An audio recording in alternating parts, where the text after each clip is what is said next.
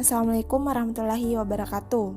I am Andriani, also the last speaker of Group 8, and I will explain about inquiry and recitation method. Also the advantage and disadvantage of the student-centered in general.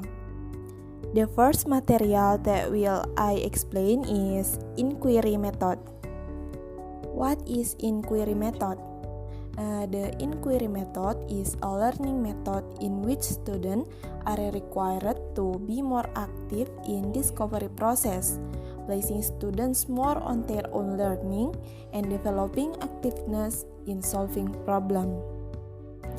Also, this inquiry process is a special process to expand knowledge through research. This is defined as teaching method, which is called the scientific method. In this slide, I will explain about the phase of inquiry method. There are 4 phases in inquiry. The phase number 1 is orientation.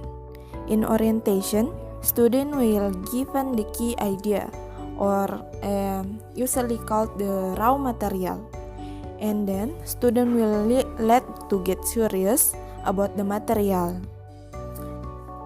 And then we move to phase number 2. Phase number 2 is conceptualization. When the student given the raw material, student will get curious. They will make question in their mind, or they could have made some hypothesis. After making question or get some question, we move to phase number 3. This is investigation. Nah, in this phase, students have to investigate the question of hypothesis that come into their mind. Teacher will give step-by-step instruction to find the answer, and students have to explore it by themselves. Next, we move to the next material, that is recitation. What is recitation method? The recitation method is a method of presenting material in which the teacher assigns certain texts so students carry out learning activities. When the task usually must be accounted in paper or in class discussion. The assignment given to the student can be done in the classroom, library, or anywhere else. Assignment or a recitation are not the same as homework, but more broader than that. Assignment or recitation can stimulate children to actively learn both in individually and in groups. There are 3 steps to implementing the recitation method. The first one is assignment phase. Assignment assigned to students should be considered by A. Types of the task are clear, so the student can understand the assignment. B. There are hints or resources that help with students' work. Example like book, link, or video presentation. The last one is given sufficient time to do the assignment. Time should be given after considering the problems student may get in during doing the task. Phase number 2 is task implementation steps. Things must be considered in this phase are the first one, student given guidance or supervision from the teacher. The second one, attempt to be done by the student itself and not ordering other people. The third, it is recommended to student to make record.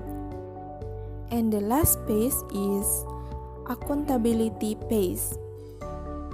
Things must be considered in this phase are the first, student collect their reports, oral or written. The second one, usually there is a question and answer or class discussion. The third or the last is assessment of students.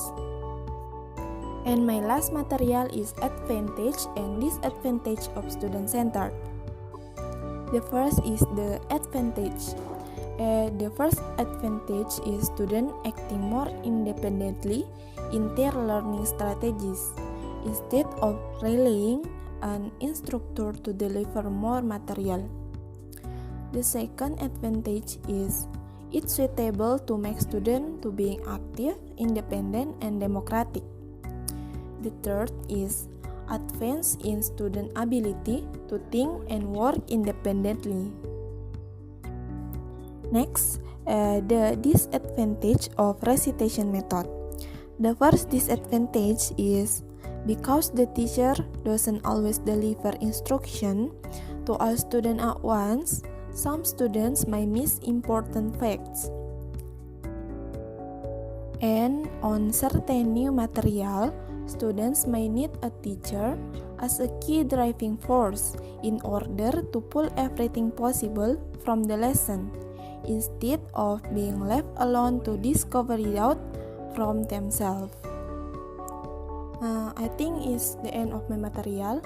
I hope you enjoy our presentation. Assalamualaikum warahmatullahi wabarakatuh.